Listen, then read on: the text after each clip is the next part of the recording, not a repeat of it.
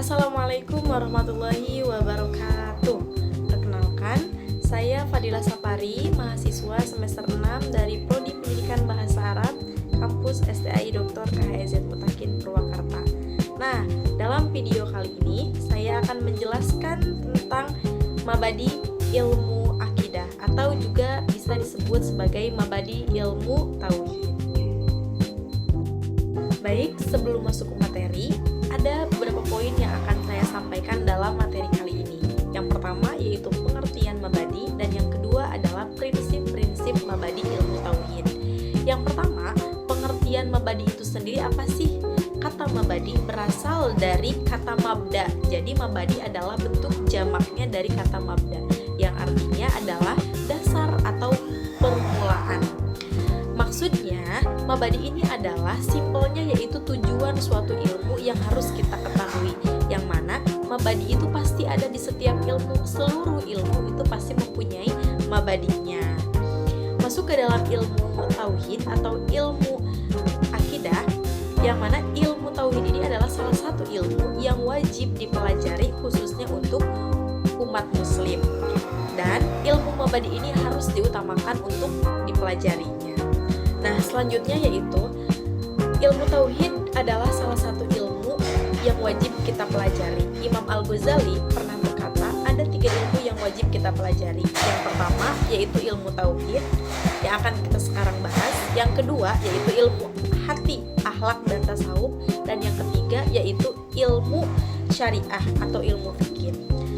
Dikatakan dalam sebuah syair yang masyhur bahwasannya dengan kita mempelajari ilmu mabadi dalam suatu ilmu, nanti kita akan mendapat kejelasan dan suatu keterangan yang jelas bagaimana ilmu itu harus dipelajari. Baik, selanjutnya kita masuk ke poin yang kedua, yaitu prinsip-prinsip dasar dalam mabadi ilmu akidah. Dalam sebuah syair dikatakan, inna mabadi kulli fanin asyroh al-haddu wal maudu'u thumma samroh wa fadluhu wa nisbatun wal wadi'u al-ismul istindadu hukmus syari'u masailun wal ba'du bil baqdik tapa wa man darul jami'ah jasyarofa. Yang mana dalam syair ini dijelaskan bahwa setiap cabang ilmu memiliki 10 prinsip dasar yang menjadi langkah awal untuk mempelajari suatu ilmu. 10 prinsip dasar itu, yang pertama al-haddu, definisi, yang kedua al-maudu, objek kajian, yang ketiga as-samratu, tujuan atau hasil, yang keempat al-fadlu, keutamaan, yang kelima an-nisbah, hubungan, yang keenam al-wadi'u, pencetus, yang ketujuh al-ismu, nama, yang kedelapan al-istindadu, sumber, yang kesembilan hukmu asyari'u, hukum mempelajari, dan yang ke-10 al-masailu, permasalahan. Nah, kita lebih kerucutkan lagi bahwa mabadi yang akan kita pelajari hari ini adalah mabadi ilmu tauhid dan mabadi ilmu akidah. Jadi kita akan membahas 10 prinsip dasar ini yang dikhususkan kepada ilmu mabadi atau ilmu akidah. Adapun untuk rincian dari 10 prinsip dasar yang disebutkan, yang pertama yaitu al-haddu, definisi. Apa sih daripada definisi ilmu tauhid tersebut? Tauhid secara bahasa adalah meyakini atau mengetahui sesuatu itu tunggal, satu.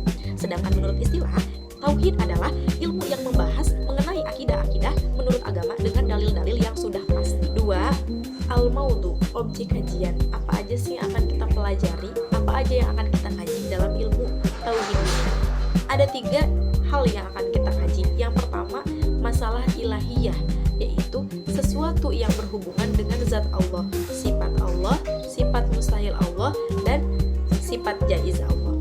Yang kedua adalah masalah nubuwah, yaitu masalah-masalah kenabian, kerasulan, sifat wajib bagi rasul, sifat mustahil bagi rasul, dan sifat jaiz bagi rasul.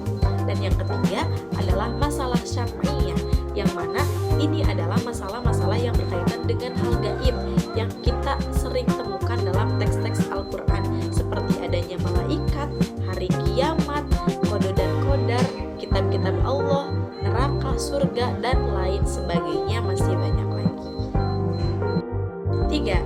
As-samroh, yaitu tujuan dan hasil. Apa yang akan kita dapat dari kita mempelajari ilmu tauhid? Nah, hasil mempelajari ilmu tauhid adalah supaya kita dapat mengenal zat Allah. Dan bagaimana caranya kita bisa mengenal zat Allah? Yaitu dengan cara kita memahami bagaimana bagaimana sifat Allah dan sifat Rasulnya. Dikatakan juga dalam sebuah dalil bahwa Allah itu mempunyai sifat wajib, yaitu sifat baqo, yang artinya kekal. Berarti Allah itu mustahil fana atau rusak. Nah, dengan kita bisa memahami secara mendalam bagaimana sifat Allah dan Rasulnya, nanti kita akan bisa mengenal bagaimana zat Allah dan Rasulnya. Dengan begitu, hati akan mendapatkan kebahagiaan dan ketenangan. Selanjutnya 4, al-fadlu, keutamaan.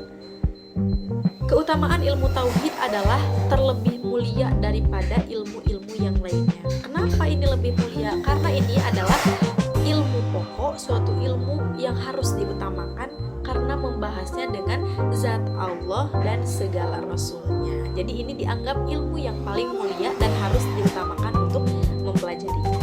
5, an-nisbah, hubungan.